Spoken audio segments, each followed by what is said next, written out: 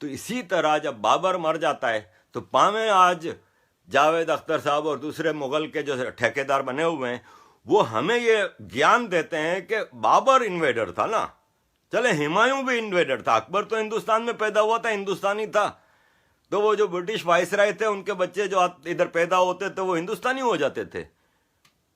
आप बाबर के, अकबर के, औरंगजेब के डीएनए नहीं चेंज करें भाई, वो नहीं थे हिंदुस्तानी, वो इन्वेडर थे। Treat them as an invader अपनी हिस्ट्री बुक्स में। लेकिन अगर आप उनकी तारीफें ही लिखेंगे, आप सिर्फ दुनिया को और अपने हिंदुस्तानी बच्चों को ये बताएंगे कि देखो जी ये शाहजहां ने हमारे लिए ये ताजमहल तामीर किया है, तो आप बहुत ज्यादती कर रहे हैं अपने बच्चों के साथ, क्योंकि वो ताजमहल शाहजहां ने नहीं बनाया था, एक अय्याश बादशाह ने बनाया था। किसके पैसे से बनाया था? इसी गरीब हिंदुस्तानी के पैसे से बनाया था। किसने बनाया था? यही गरीब हिंदुस्तानी लाखों मजदूर थे जो 20 साल तक वो इसके अय्याशी की तामीर करते रहे, और फिर हमें सिखाया जाता है कि इस पे फख्र करो। अरे क्या फख्र करें, 20 साल हजारों खानदान उस इमारत को तामीर करने में खप गए हिंदुस्तान के, और तारीफ करो कि शाहजहां ने बनाया है। ये आपकी हिस्ट्री बुक्स आपको सिखाती हैं। आपकी हिस्ट्री बुक्स आपको यह सिखाती हैं कि टीपू सुल्तान ने वतन के लिए कुर्बानी दी है, टीपू सुल्तान ने अपने सल्तनत के लिए कुर्बानी दी है, जो कि वो वहां पे हिंदुस्तानियों को गुलाम बना के हुकूमत कर रहा था। मैं टीपू सुल्तान को कैसे सही मान लूं जिसने एक इंडिजिनियस हिंदुस्तानी फोर्स, मराठा फोर्स से जंग करने के लिए अफगान बादशाह को कहता है कि आके हमला करो, फ्रेंचों से कहता है कि मुझे बंदूकें दो, मैं मराठाओं से लड़ना है, मराठे गुंडों से लड़ना है। अबे वो हिंदुस्तानी है असल तो। तुम हिंदुस्तानियों से लड़ने के लिए टीपू सुल्तान कुर्बानी देता है, तो हमारी किताबें कहती हैं कि उसने हिंदुस्तान के लिए कुर्बानी दी। हमारी किताब राणा प्रताप सिंह को कभी ग्लोरीफाई नहीं करेगी, किसी को नहीं करेगी। अशोक से लेके आ जाएं आप, चंद्रगुप्त मौर्य से आ जाएं आप, हल्का फुल्का जिक्र आ जाएगा। ग्लोरीफाई कौन हो रहे हैं? अकबर, औरंगजेब।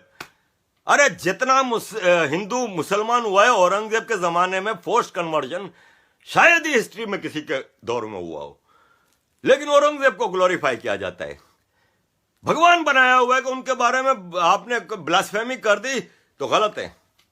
और ये थे कौन? ये थे कौन? इनका एक एक अमीर बादशाह था अपने अपने इलाके का। 1422, बल्कि मैं पुष्पेंद्र जी से ये रिक्वेस्ट करूंगा कि मुझे कोई ऐसे रेफरेंसेस दें, क्योंकि मैं एक प्रोजेक्ट करना चाहता हूं जिंदगी में, अगर मौका मिला। अभी तो आई एम नॉट एबल, लेकिन जब मुझे 1-2 साल में मौका मिला तो मैं वो रिसर्च करना चाह रहा हूं कि वो क्या अवामिल थे कि हमारे मेमनों को 1422 या 1322 में अलग अलग चीजें आ रही हैं। पूरी मेमन कम्युनिटी हिंदू से मुसलमान होती है। मैं जब अपने बुजुर्गों से पूछता था, दादा से या दूसरे बुजुर्गों से, तो वो हमेशा यही कहते थे कि बेटा हम 200 साल से मुसलमान है, कोई कहता था 300 साल से। मैं कहता था हुए क्यों थे, तो बोलते थे कि मेमन बिजनेसमैन कम्युनिटी थी, हम लोग गरीब नहीं थे कि हमें कोई पैसों की ज़रूरत थी, हम तो इस्लाम के मैसेज को, खूबसूरत मैसेज को एक बुजुर्ग ने दीन के उस पर कबूल किया था।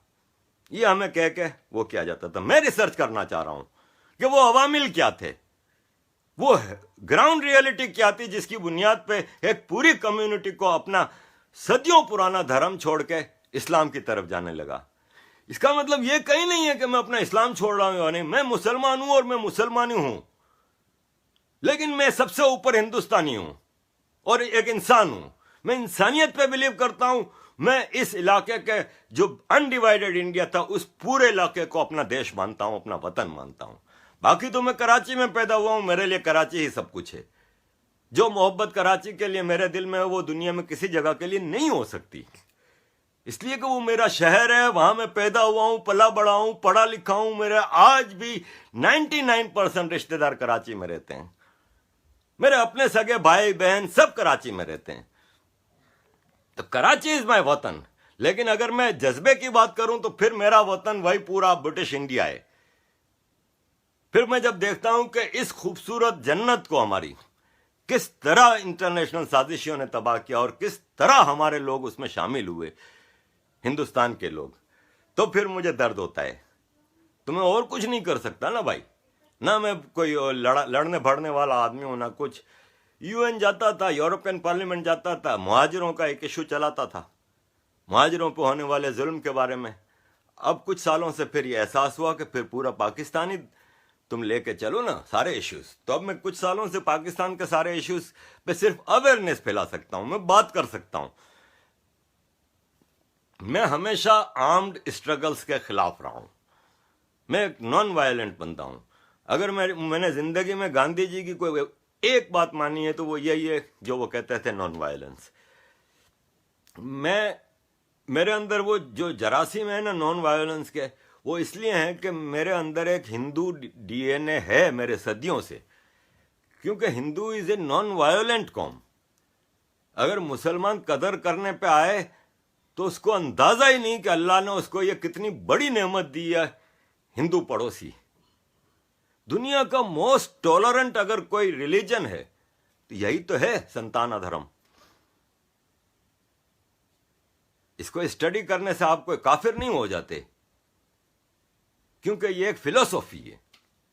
आज दुनिया, यूरोप और अमेरिका के प्रोफेसर कह रहे हैं कि इंडियन वैदिक सिस्टम में जाके खोजो, काफी चीजें मिलेंगी। जो तरक्कियां आज हैं वो हमारे वेदों में सदियों पहले दे दी गई हैं। कदर हम लोग नहीं करते ना, हम लोग जो इंप्रेस्ड हो जाते हैं ऑक्सफोर्ड और कैम्ब्रिज और ये वो।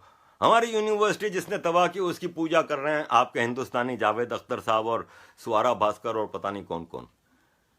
बड़ा दुख होता है, बड़ा दुख होता है कि ये दुनिया में एक जन्नत है देश। आप उन हिस्टोरियंस की किताबें निकाल कर देख लें जिसने 1000 साल पहले, 1500 साल पहले, 500 साल पहले, जैसे आप अब्ने बतूता को ले लें, वास्को डी गामा को ले लें, जो हिंदुस्तानों के सफर की किताबें इनकी आप पढ़ें, यार किन अल्फाज में इस देश का जिक्र करते हैं, इस देश की खूबसूरती का, इस देश की विस्डम का। आपके वेदों का जिक्र उन सब में मौजूद है कि हिंदुस्तानी। आप मुझे ये बताएं कि मुझे लोग तस्वीरें भेजते हैं, मैंने एक मंदिर देखा जो एक पहाड़ के अंदर बनाया गया है, हजारों साल पहले, 500 साल पहले बने ताजमहल की जो तारीफ करते हैं, मैं हैरान होता हूं कि उसमें किस तरह उन्होंने पहाड़ों को खोदा होगा हजारों साल पहले, और हजारों टन पत्थर निकला होगा, और उसके अंदर फिर मूर्तियां और सारी चीजें। ये था ये देश। नजर लगी जब अंदर डिवाइड पैदा हो गया है, जब हिंदू राज्य छोटे छोटे एक दूसरे से लड़ने लगे। आगे फिर गजनवी भी आए, तुगलक भी आए, गौरी भी आए, फिर मुगल भी आए, और फिर अंग्रेज भी आए, फ्रेंच भी आए, इवन पुर्तगाल भी आया, सभी आए इधर, कौन नहीं आया। सब ने कोशिश की कि इसको, और हम एक हिंदुस्तानी हैं जो कभी सुधर के नहीं दिए। मुसलमान मेरा दुश्मन, हिंदू मेरा दुश्मन, सिख मेरा दुश्मन। सिख का भी डिवाइड करने की कोशिश तो की गई ना। ये जियाउल हक की पूरी पॉलिसी थी जो खालिस्तान इसने शुरू किया था। There was no issue at all. और इशू खालिस्तान